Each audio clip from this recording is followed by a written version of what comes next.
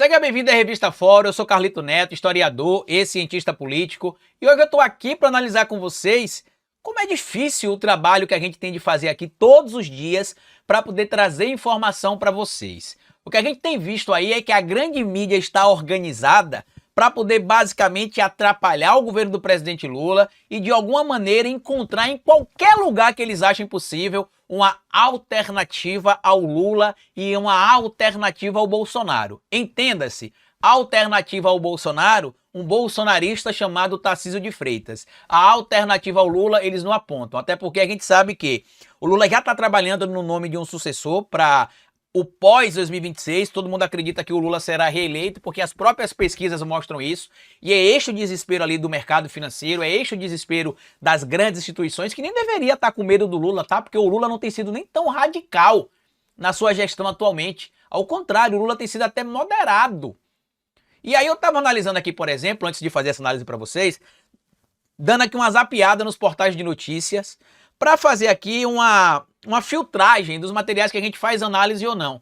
E eu percebi, meus amigos, que tem várias informações positivas que têm sido divulgadas na grande mídia, ou melhor, que têm sido divulgadas sobre o governo e que a grande mídia omite, né? Ou quando mostra alguma matéria que é uma agenda positiva ao governo, é uma matéria que sempre aparece em rodapé. Só aparecem matérias que beneficiam o governo de alguma maneira no topo, quando o governo não é o principal beneficiário. Por exemplo, a gente viu ser publicado hoje no site do Globo a seguinte informação: Bolsa bate recorde e dólar cai. Por que o otimismo voltou ao mercado financeiro? E aí embaixo aparece, por conta da ata do Copom, evidentemente que elevou a taxa Selic, e o mercado fica feliz com isso, afinal, quem é rentista vagabundo que não quer trabalhar, né? Evidentemente que nem todo rentista se enxerga como vagabundo, né? Até porque alguns indivíduos conseguem trabalhar, investem um pouquinho do seu dinheiro ali, né? Mas a maior parte dos rentistas do Brasil, dos indivíduos que vivem mesmo ali do rentismo, que é o 1%, como disse ali a mafiosa da Faria Lima, né? A Daniela Marques, essa galera não bate prego e um martelo absolutamente nada, meus amigos. É gente que, por exemplo, recebe ali, sei lá, do pai e da mãe, para começar a vida, 10 milhões de reais. Vou te dar aqui, meu filho, 10 milhões de reais para você começar a vida, tá? Pra você começar igual a todo mundo, porque a vida não é fácil, é difícil. Então vou te dar aqui 10 milhões de reais para você começar a vida. Esse indivíduo vai lá, bota esses 10 milhões de reais na taxa Selic, meus amigos, e rende 14,75% ao ano. De forma bem grosseira. Se o cara coloca 10 milhões para render na taxa Selic, em um ano ele ganha ali 1.475.000. Dividido por 12, de forma bem genérica ali, dá mais de 100 mil reais por mês. Mais de 100 mil reais por mês. Isso aqui é de forma bem grosseira, né? Não estou tirando aqui alguns impostos que tem, né? Algumas taxas, mas de forma bem grosseira. E aí você vê notícias importantes como essa aqui, por exemplo. Em 2 anos, 6 milhões de pessoas saíram da pobreza extrema no Brasil, diz a FGV. Há ainda 14,7 milhões de brasileiros na miséria, aponta a FGV Social. E segundo o IBGE, a desigualdade caiu ao menor nível desde 2012. A renda se renovou e bateu recorde também em 2024. Ou seja, a renda per capita do brasileiro é a maior da história do nosso país. Pelo menos desde quando se começou a série histórica. O número de pessoas na extrema pobreza é a menor na história do nosso país, mas isso não importa para a grande mídia. Como também não importa essa informação que foi divulgada pela própria Miriam Leitão. Real tem segundo melhor desempenho global entre as grandes moedas em 2025. Isso também não importa para a grande mídia. Por quê? Isso aqui é matéria de rodapé. O que é que a grande mídia divulga, por exemplo, inclusive como matéria de topo? Corrigir o salário mínimo acima da inflação é armadilha, diz Armínio Fraga, no dia 11 de maio, mais conhecido como domingo, se não me falha a memória, isso. E no dia 8 ele já tinha publicado em uma entrevista também que ele deu para o Globo o seguinte: aumento do salário mínimo neste momento é inviável, diz Armínio Fraga. Qual que é a solução? Carlita apontada para o Armínio Fraga. A solução dele é congelar o salário mínimo por 6 anos. E aí vem um Felipe Neto, de forma inteligente, e faz um desafio ao Armínio Fraga. Esse material está na Revista Fora, inclusive. Felipe Neto desafia Armínio Fraga após nova defesa de congelamento do salário mínimo. Será que o economista multimilionário conseguiria viver com um salário mínimo congelado? Em entrevista ao Globo na última quinta-feira, dia 8 de maio, o economista Armínio Fraga afirmou novamente que defende o congelamento do salário mínimo. Defensor das políticas econômicas de Javier Milei e crítico do governo Lula, e ele defende as políticas do Javier Milei por um motivo bem simples. Ele não é pobre e ele está pouco se lixando para pobre. Então, se a pobreza está disparando na Argentina, se tem pobre se dando mal na Argentina, problema dos pobres. Ele não é pobre, então para ele, tanto faz. E aí segue. Defensor das políticas econômicas de Javier Milei, crítico do governo Lula, o ex-presidente do Banco Central, ligado ao mercado financeiro, voltou a defender um pacote antidireitos e ultraliberal para a economia brasileira. Então, o influenciador Felipe Neto decidiu convidar o Armínio Fraga para um desafio. Entre aspas, deixa o desafio ao Armínio Fraga. Ele e um operário vamos morar numa cidade de interior. Aqui, inclusive, já teve uma colher de chá do Felipe Neto, né? Por quê? Dependendo da cidade do interior, a vida é mais barata. O aluguel é mais barato, os produtos para você comprar é mais barato, você não gasta, dependendo também da cidade do interior, você não gasta com transporte, né? Você vai a pé pro trabalho e volta a pé, dependendo também da cidade do interior. Mas, enfim, espero que seja uma cidade do interior de grande porte, pelo menos, tá? Os 3 empregados em chão de fábrica, com salário mínimo e precisamos nos virar. 0 contatos. O primeiro a arregar e implorar para sair, perde metade do patrimônio pro que resistir até o fim. Topa? Perguntou o Felipe Neto. Tem uma série, meus amigos, eu não lembro agora se está passando, eu não sei se é na Prime Video ou se é, eu não sei se eu vi nesses pacotes alternativos de assinatura de TV por aí, né, desses aparelhos que vocês veem por aí. Mas, se não me engano, o título do reality show é 90 dias para se tornar milionário. Acho que é assim o título. E aí eles pegam pessoas, por exemplo, multimilionárias, algumas bilionárias, e elas começam em tese sem nada. Algumas começam ali com um carro e $100, $200. Outras começam literalmente sem nada. Outras começam com um carro, um celular, $100. E elas têm de, em 90 dias, ficar milionário. Porque eles alegam que se eles começassem do zero hoje, com o conhecimento que eles têm, eles conseguiriam rapidamente... Deixa eu ver se é isso mesmo aqui, 90 dias para ficar milionário. Deixa eu ver se é isso aqui, 90 dias para ficar... Acho que é isso mesmo, 90 dias para ficar milionário. Isso, tá na Prime Video, tá aqui, ó. 90 dias para ficar milionário. É isso mesmo. Inclusive, esse aqui eu assisti com a minha esposa, tá? E esse cara aqui é um cara multimilionário, né? Ele vai morar no carro por um período, não aguenta morar no carro, inclusive. E mesmo assim tem um monte de coisa que acontece aqui que você vê que não é conectado com a realidade.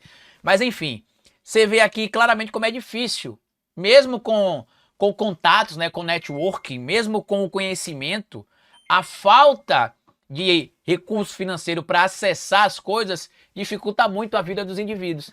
Tanto que esse papo de meritocracia cai com essa série aqui, fica claro com esse reality show. E tem também o caso de um indivíduo aí que é milionário que tentou viver como uma pessoa simples por um ano e desistiu por problemas de saúde, por outros problemas. Ou seja, você pega um cara que é milionário e bota para viver um mês, uma semana como uma pessoa simples no nosso país, ele não aguenta. Não sei se vocês lembram, na época que o Rafinha Bastos viveu um mês comendo cesta básica, se não me falha a memória, né?